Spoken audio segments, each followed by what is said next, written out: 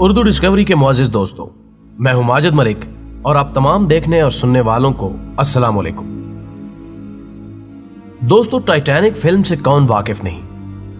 1997 میں جب یہ فلم پردہ سکرین پر جلوہ گر ہوئی تو تاریخ سے دلچسپی نہ رکھنے والوں کو بھی علم ہوا کہ یہ فلم ایک حقیقی حادثے پر بنائی گئی ہے۔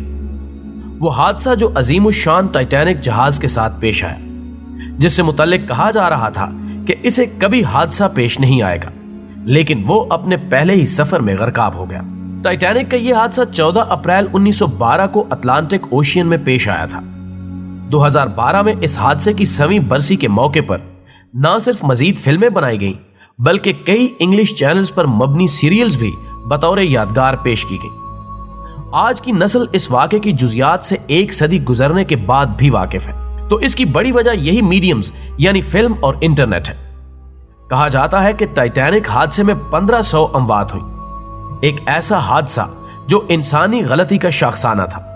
لیکن اس واقعے کے محض 7 سال بعد 13 اپریل 1919 کو اٹلانٹک اوشین سے کوسوں میل دور انسانی سفاکیت کا ایک اور واقعہ پیش آیا، جس میں 1000 سے زائد انسانوں کو موت کے گھاٹ اتار دیا گیا۔ جی ہاں، یہ تذکرہ ہے امرتسر پنجاب کے جلیانوالہ باغ کے قتل عام کا، ایک ایسا سانحہ جہاں پر پرامن احتجاج کرنے والوں اور بیساکھی کا تہوار منانے کے لیے اکٹھا ہونے والوں کو اندھا دھند فائرنگ کر کے بے دردی سے قتل کر دیا گیا۔ ناظرین گرامی، نوجوان نسل میں سے کتنے افراد اس سانحے سے واقفیت رکھتے ہیں؟ بمشکل چند ہی افراد جانتے ہوں گے، کیونکہ نہ تو اس واقعے پر کوئی فلم بنائی گئی اور نہ ہی دیگر میڈیمز پر اس کا تذکرہ ہے۔ انٹرنیٹ پر اس واقعے کی جزیات بطور خاص سرچ کرنے والے ہی دیکھ پاتے ہیں۔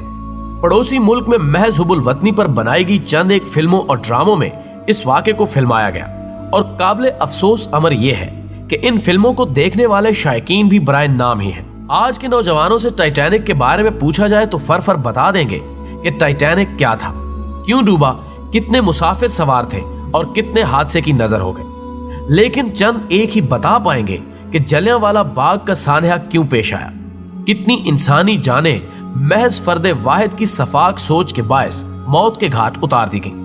ہندوستان کی تاریخ کے سب سے سیاہ دنوں میں سے ایک جلیانوالہ باغ کا قتل عام ہے، جس کی رواں ماہ یعنی اپریل میں 100ویں برسی ہے۔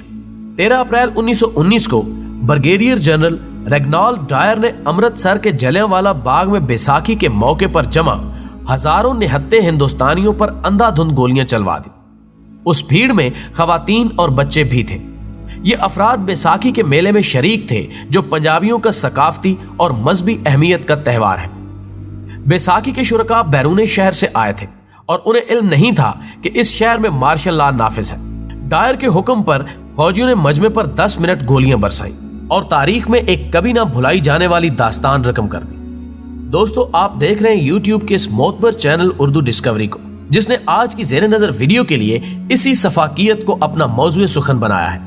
لیکن تفصیلات میں جانے سے قبل حسب روایت ہم اپنے نئے شامل ہونے والے دوستوں سے درخواست کریں گے کہ وہ پہلے ہمارے چینل کو سبسکرائب کرتے ہوئے ساتھ موجود گھنٹی کے بٹن کو بھی دبا دیں۔ ناظرین گرامی، آج ہم نے اس تکلیف دہ اور اذیت ناک واقعے کی یاد تازہ کرنے کی جسارت اس لیے کی ہے کہ یہی وہ دن تھے جب اس غلام ملک میں سامراج ظلم کی یہ داستان رقم کر رہا تھا، تاکہ نسل نو کو معلوم ہو سکے کہ آزادی جو آج ہمیں میسر ہے کسی ایسی پلیٹ کا نام نہیں جس میں پکی ہوئی کھیر کو بابائے قوم کے حوالے کر دیا گیا تھا، بلکہ یہ وہ شربت تلخ ہے جس کا ذائقہ آنے والی نسلوں کی زبان پر موجود رہنے سے ہی ہمیں دوست اور دشمن کی پہچان کے ساتھ ساتھ غلامی اور آزادی میں موجود فرق کی پہچان ہو سکتی ہے۔ ناظرین گرامی، جلیانوالہ باغ جو کہ امرتسر کے علاقے میں واقع ہے کا کل رقبہ 6 سے 7 ایکڑ بنتا ہے۔ ہندوستان کے باسیوں کے ایک ثقافتی تہوار بیساکھی کے میلے کے موقع پر ہزاروں انسانوں سے بھرا ہوا تھا۔ اس باغ کے 5 دروازے ہیں جہاں سے نہ صرف مقامی بلکہ ارد گرد کے علاقوں سے آئے ہوئے لوگ جب باغ سے باہر نکل رہے تھے کہ اس سفاک بریگیڈیئر نے اپنے سپاہیوں کو ان پر براہ راست گولی چلانے کا حکم دیا، جس کے نتیجے میں ان 5 دروازوں پر لاشوں کے ڈھیر لگ گئے، جنہوں نے تڑپ تڑپ کر وہیں اپنی جان دے دی۔ یہ گولیاں، جن کا دورانیہ 10 منٹ تھا، نے سینکڑوں زندہ انسانوں کو پل بھر میں نگل لیا۔ اس حادثے میں شہید ہونے والوں کی تعداد، جو کہ حقیقت میں اس سے کہیں زیادہ تھی،